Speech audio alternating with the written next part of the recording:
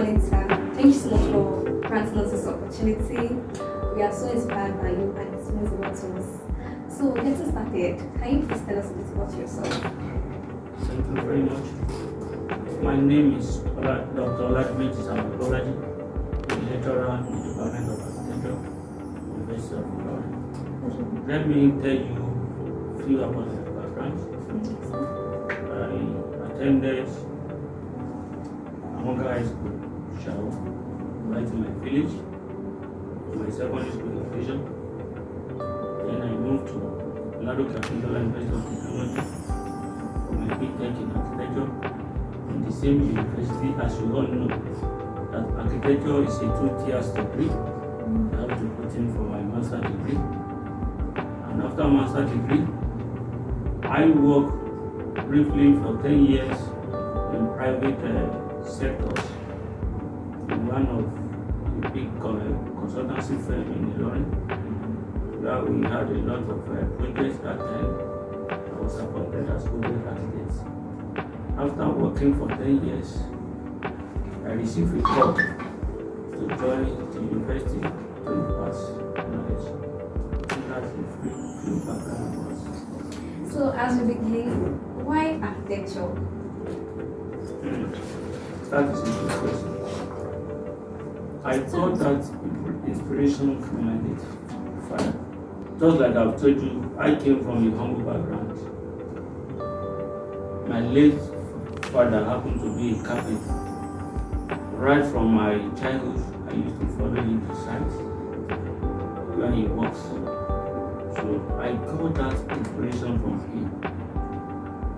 And right from that moment, from my childhood, I decided that in the nearest future, I want to become an architect. And I thank God today, it's a dream come true.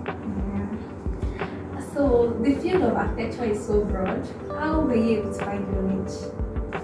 Well, as you all know, just like medicine, that have different branches. You know, in medicine you talk about anatomy, physiology, biochemistry, and in architecture, we have different branches of architecture.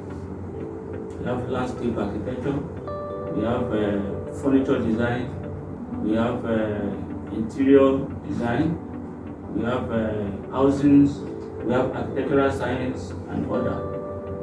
And just like I used to say to some of my students, that in architecture, you cannot be good in all.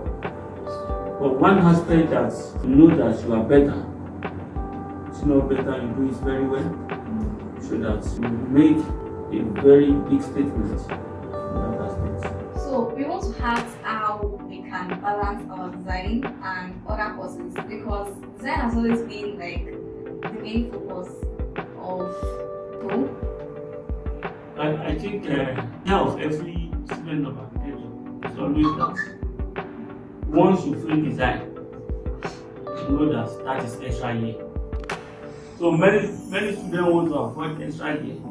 So they intend to give their 80% of their time on design alone and forget about the other courses.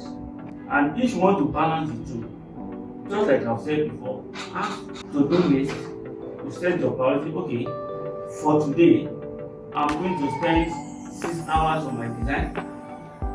Then I will spend 1 hour or 2 hours and go through all other courses to study other courses. But to me, generally, the majority of architecture students, we are very lazy in reading. Many of us read anytime we have exam. We don't read before exam.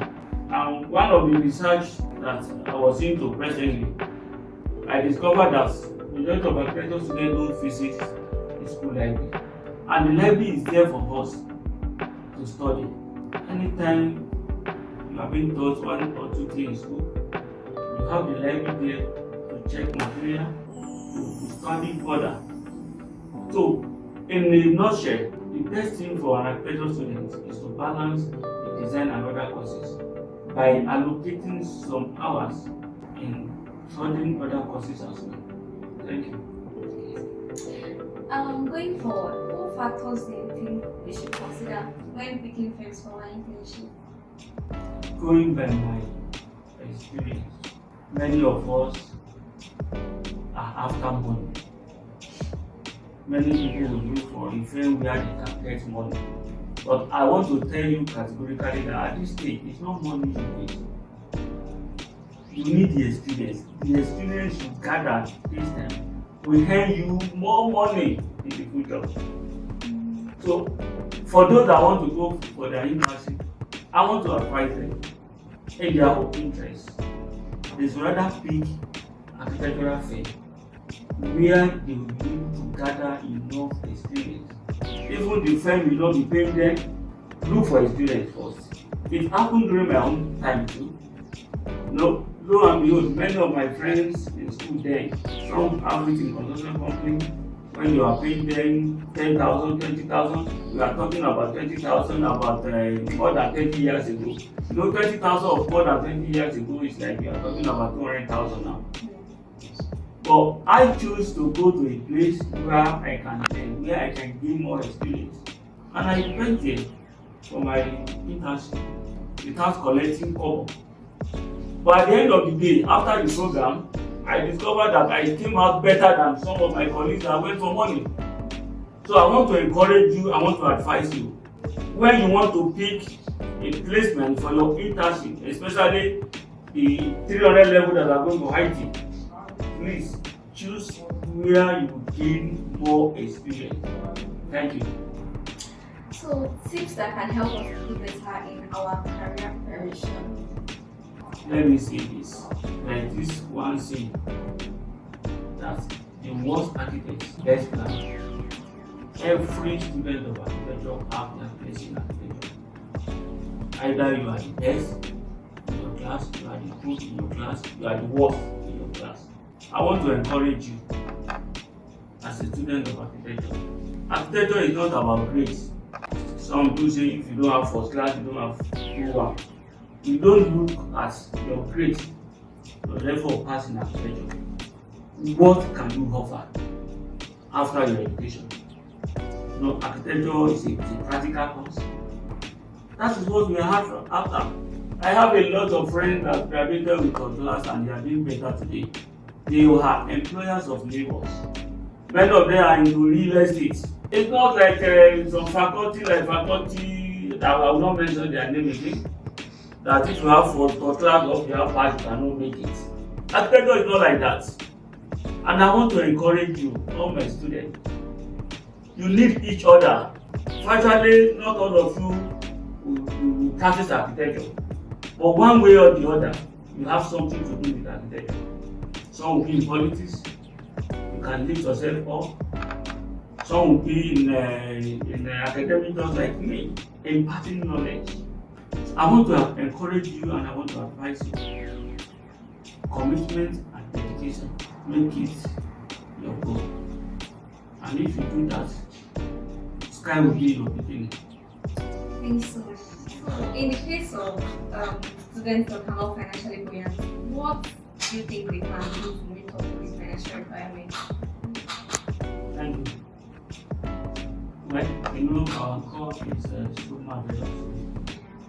Look at your fingers and people. All the friends will be like that.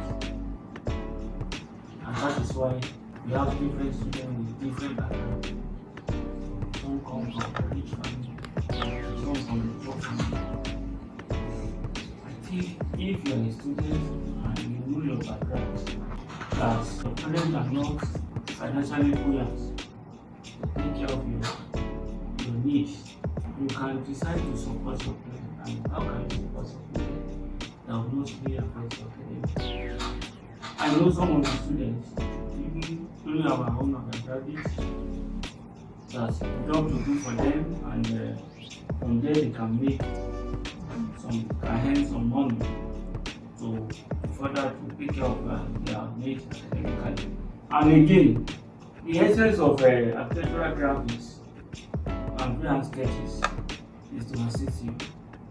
I know students that are into the process of creating cars, that are into portrait, making of portraits. And don't forget, fashion designer is an aspect of architecture. Some of you are good in fashion design. Some have learned the skill before they come to university. A student of architecture that is into fashion will do it better than other students that are not studying architecture, because fashion is design, and design is an aspect of the art. Architecture is all about designing. And even among your colleagues, I have a student that is selling all these clothing materials. You know, when they give him pocket money from home, before he spend it, he buy some materials, cardboard, and sell to fellow students. And you know, some of you are listening that you cannot work for yourself, so you have the money. But there are some students that they don't have the money, so they can collect some money, like shopping and get some things. So we really appreciate your time. Thank you so much, sir. You're welcome.